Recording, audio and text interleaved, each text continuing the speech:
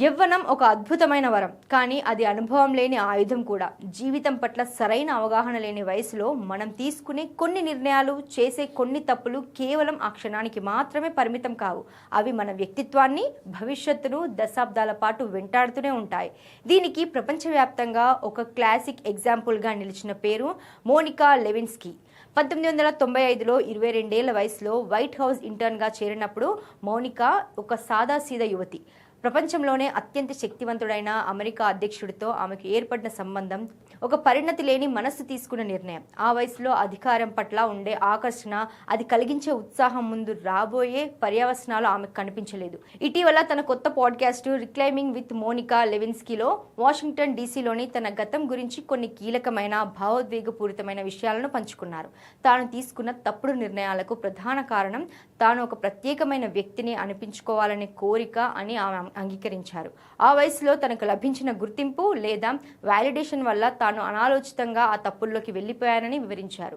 తాను కేవలం తన బాస్ బిల్ క్లింటన్తో మాత్రమే ప్రేమలో పడలేదని, వాషింగ్టన్ డీసీ నగరం, వైట్ హౌస్లోని ఉద్యోగం, అక్కడ ఉన్న వాతావరణాన్ని కూడా ఎంతో ప్రేమించారని ఆమె పేర్కొన్నారు.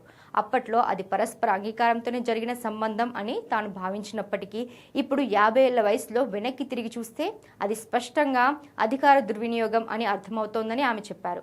ఆ వివాదం బయటపడినప్పుడు బిల్ క్లింటన్ అబద్ధాలు చెప్పి తనను బలి పశువును చేసే బదులు గౌరవప్రదంగా రాజీనామా చేసి ఉండాల్సిందని ఆమె అభిప్రాయపడ్డారు.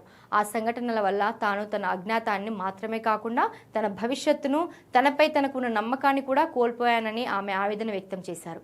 ఆమె ప్రస్తుతం తన కథను తనదైన శైలిలో ప్రపంచానికి వివరించడానికి ప్రయత్నిస్తున్నారు.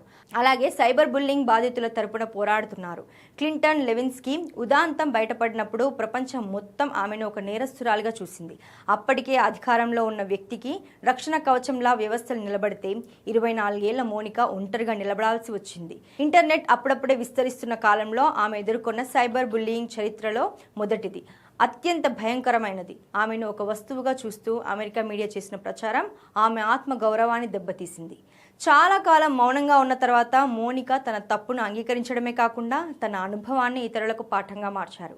నేను నా 20 ఏళ్ల వయసులో నా బాస్తో ప్రేమలో పడ్డాను, కానీ ఆ బాస్ అమెరికా అధ్యక్షుడు కావడం నా దురదృష్టం అని ఆమె నిర్మోహమాటంగా చెప్పారు.